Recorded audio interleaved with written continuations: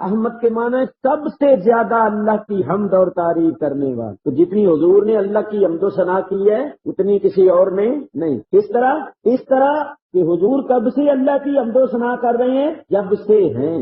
اور کب سے ہیں یہ آپ سن رہے. اللہ نے ساری کائنات سے پہلے سرکار دو عالم کا نور پاک پیدا کیا، پھر وہ نور اللہ کے حضور میں رہ کر اللہ کی حمد و ثنا کرتا رہا.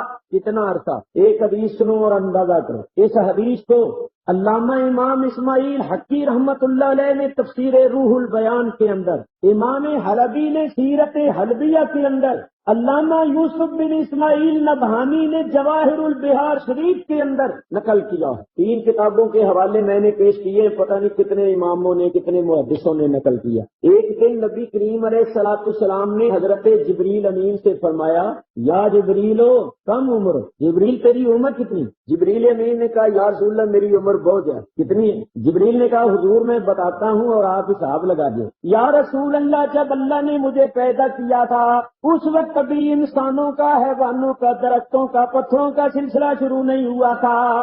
تو جب اللہ نے مجھے پیدا کیا تو میں نے دیکھا کہ اللہ کی حقیقت کے آگے جو بے شمار پردے تھے ان پردوں میں ایک تارا چمکا. ان پردوں میں ایک تارا چمکا اور وہ چھپ گیا. میں پھر دیکھتا رہا کہ کبھی وہ تارا نظر آئے. 70,000 برس کے بعد پھر نظر. حضور وہ تارا 70,000 برس کے بعد نظر آتا تھا اور میں نے اس کو 72,000 مرتبہ دیکھا. اور یہ انسانوں حیوانوں کا سلسلہ بعد میں ہوا ہے اور بعد میں ہی 1,24,000 یا جتنے بھی نبی آئے. تو اب آپ میری عمر کا حساب لگا لیں. حضور علیہ الصلوۃ والسلام نے فرمایا یا جبریلو وعزت ربی انا ذالک الکوکب. اے جبریل مجھے اپنے رب کے عزت و جلال کی قسم وہ تارا میں ہی تھا.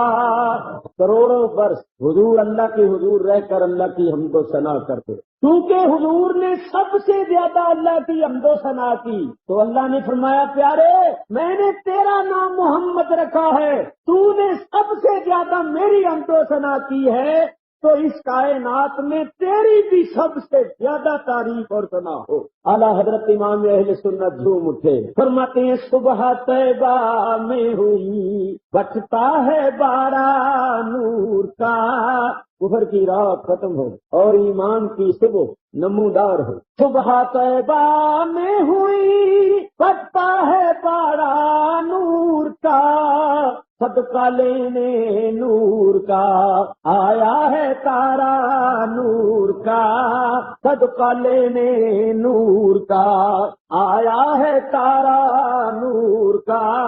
اور فرماتے ہیں جب حضور تشریف لائے اس وقت جب مبعوث ہوئے حضرت آمنہ کی گود کو زینت بخشی، ولادت شریف ہوئی، اس وقت کیا حالت؟ ناریوں کا دور تھا دل جل رہا تھا نور کا. ناریوں کا دور تھا تو نور کا دل جل رہا کیونکہ ناریوں کا غلبہ تھا. ناریوں کا دور، ناریوں کا دور تھا دل جل رہا تھا نور کا. تم کو دیکھا ہو گیا ٹھنڈا کلیجہ نور کا. میرے آقا تم کو دیکھا ہو گیا ٹھنڈا کلیجہ نور کا. صبح طیبہ میں ہوئی بچتا ہے بارہ نور کا. اللہ تو یہ نور اللہ کے حضور میں رہ کر سیر کرتا ہے. جب اللہ تعالیٰ نے اور مخلوق کو پیدا کرنا چاہا تو اسی نور کو سبب بنایا اور دوسری مخلوقات کو پیدا کیا. چنانچہ سرکار فرماتے ہیں انا من نور اللہ والخلق کلہم من نوری. میں اللہ کے نور سے پیدا ہوا ہوں اور ساری مخلوق میرے نور سے پیدا ہوئی ہے. کیا مطلب؟ کہ میری تخلیق کا سبب اللہ کا نور ہے اور کائنات کی تخلیق کا سبب میرا نور. اگر اللہ کا نور نہ ہوتا تو میں نہ ہوتا اور میرا نور نہ ہوتا تو کائنات نہ. تو میرے بزرگوں اور دوستو اسی واسطے حضور علیہ الصلوۃ والسلام کو کہتے ہیں باعث ایجاد دو عالم. دو عالم کی ایجاد کا باعث، یعنی اگر حضور نہ ہوتے تو کچھ بھی نہ. اللہ تعالیٰ ارشاد فرماتا ہے لولا کلما خلقت الافلاک لولا کلما خلقت السماوات والارضین. میرے حبیب اگر تو نہ ہوتا میں آسمانوں اور زمین تو کچھ بھی نہ۔ جب اللہ نے حضرت انسان کو پیدا کرنا چاہا تو زمین سے مٹی منگوائی، حضرت آدم کا خاکی پتلا تیار ہوا، اللہ تعالیٰ نے نور محمدی کو بطور امانت ان کی پیشانی میں رکھا اور فرشتوں کو حکم دیا کہ آدم کو سجدہ کرو، آدم کی تعظیم کرو۔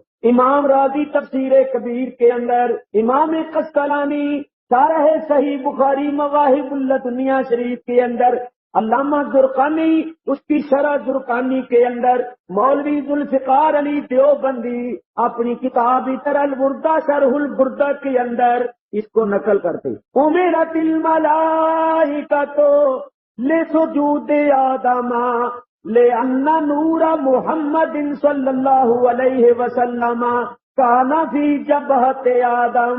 فرماتے ہیں فرشتوں کو جو سجدہ کرنے کا حکم دیا گیا تھا اس کی وجہ یہ تھی کہ آدم کی پیشانی میں نور محمدی تھا، اصل میں وہ تعظیم نور محمدی کی تعظیم تھی صلی اللہ علیہ وسلم۔ اللہ نے حکم دیا تعظیم کرو آدم علیہ السلام، جھک دو ان کے آگے، اس نور کے آگے سب جھک جاؤ۔ فسجد الملائکۃ کلہم اجمعون الا ابلیس، بس یہ حکم سنتے ہی سارے فرشتے سجدے میں گر گئے اور ایک مولوی صاحب اکڑ گئے۔ ابلیس بہت بڑا عالم فاضل تھا، فرشتوں کا استاد تھا، اور اس نے 6 لاکھ برس اللہ کی عبادت کی تھی۔ یہ تعظیم کے منکر جو ہوتے ہیں یہ عبادت بڑی کرتے ہیں، 6 لاکھ برس اس نے اللہ کی عبادت کی، اور عالم فاضل بھی بڑا اور توحید کا قائل۔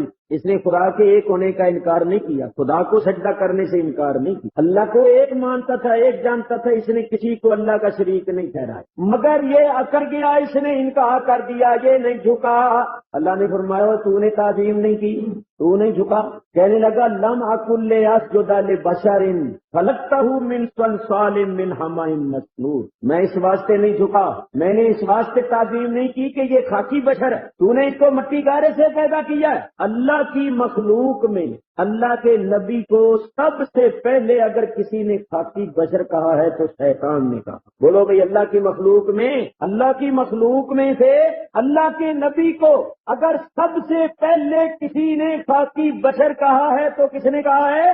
شیطان۔ کہنے لگا کہ یہ خاکی بشر، اس کے آگے جھکنا، اس کی تعظیم کرنا میرے واسطے لائق نہیں۔ مولوی تھا نا، کوئی جاہل ہوتا تو جھک جاتا، مولوی تھا تو آگے اپنا علم بگاڑتا ہے، دلیلیں پیش کرتا ہے، منطقیانہ فلسفیانہ، کہتا ہے کہ خلقتنی من نار، مولا تو نے مجھے پیدا کیا آگ، وخلقتہ من طین، اور اس کو پیدا کیا ہے مٹی۔ تو منطقیانہ اس کی دلیل یہ تھی کہ مٹی جو ہوتی ہے، مٹی اس کی فطرت میں پستی ہے کہ مٹی جب پھینکو تو وہ نیچے کو جائے گی، اور آگ کی فطرت میں بلندی ہے، آگ جب بھی جلاؤ گے وہ اوپر کو جائے گی، اور مٹی جب بھی پھینکو گے وہ نیچے کو جائے گی۔ تو اس نے کہا یہ پیدا ہوا ہے مٹی سے، میں پیدا ہوا ہوں آگ سے، تو یہ پیدا ہی ایسی چیز سے ہوا ہے جو پست ہے، اور میں پیدا ہی ایسی چیز سے ہوا ہوں جو بلند ہے۔ اور دوسری بات اس نے یہ کی کہ مٹی ہوتی ہے کثیف، آگ ہوتی ہے لطیف۔ کثیف جو ہوتا ہے وہ ادنا ہوتا ہے، اور لطیف جو ہوتا ہے وہ کثیف سے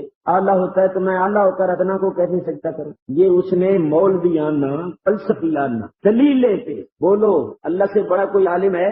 جب اللہ نے اس سے پوچھا تھا کہ تو نے تعظیم کیوں نہیں کی، سجدہ کیوں نہیں کیا، اور اس نے آگے سے وجہ بیان کی اور دلیلیں پیش کی، تو عقل کا تقاضا یہ ہے کہ اللہ پہلے تو اس کی دلیلوں کو توڑتا، رد کر، غلط ثابت کر کہ تو نے جو دلیلیں پیش کی ہیں وہ غلط۔ پہلے تو اللہ تعالیٰ اس کی دلیلوں کو توڑتا، رد کرتا، اور پھر اس کو مردود و ملعون بناتا۔ تو اللہ نے اس کی دلیلوں کا جواب نہیں دیا، بس اس کا یہ کہنا تھا کہ یہ خاکی بشر ہے اور میں اعلیٰ ہوں، یہ ادنا ہے، تو میں اعلیٰ ہو کر ادنا کے سامنے کیسے جھکوں؟ بس اس کا انکار کرنا تھا اور یہ کہنا تھا کہ اللہ نے فرمایا فاخرج منہا فإنک رجیم وإن علیک اللعنۃ الی یوم الدین، نکل جا یہاں سے، تو مردود ہے، اب قیامت تک تجھ پر لعنت ہی لعنت ہے۔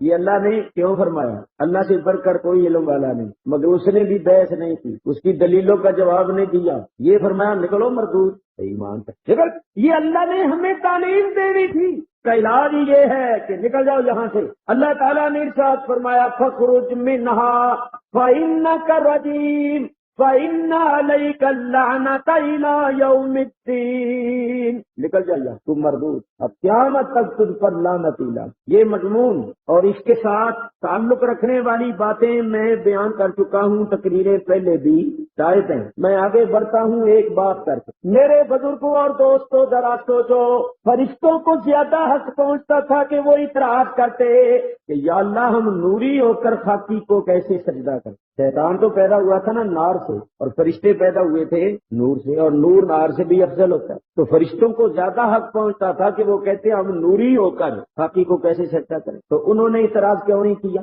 وہ فوراً تعظیم میں کیوں جھک گئے؟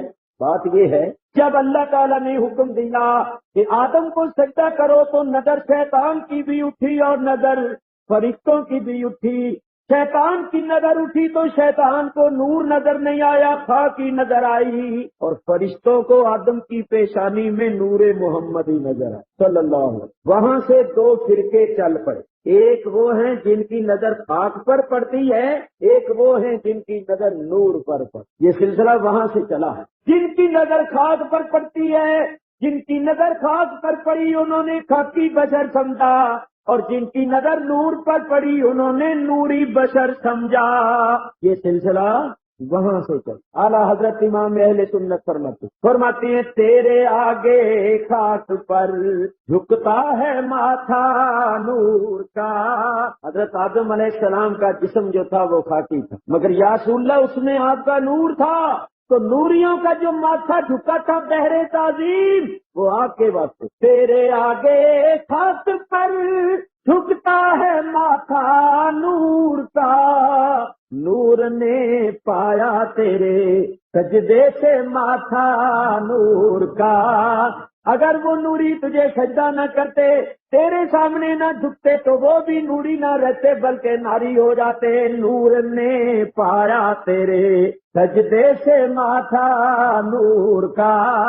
وہاں سے یہ سلسلہ چلا۔ ایک وہ ہیں جن کی نظر خاک پر پڑتی ہے، ان کو نور نظر ہی نہیں آتا، اس لیے وہ نور نہیں مانتے، کیونکہ نور نظر ہی نہیں آتا۔ اور نظر آئے کیسے؟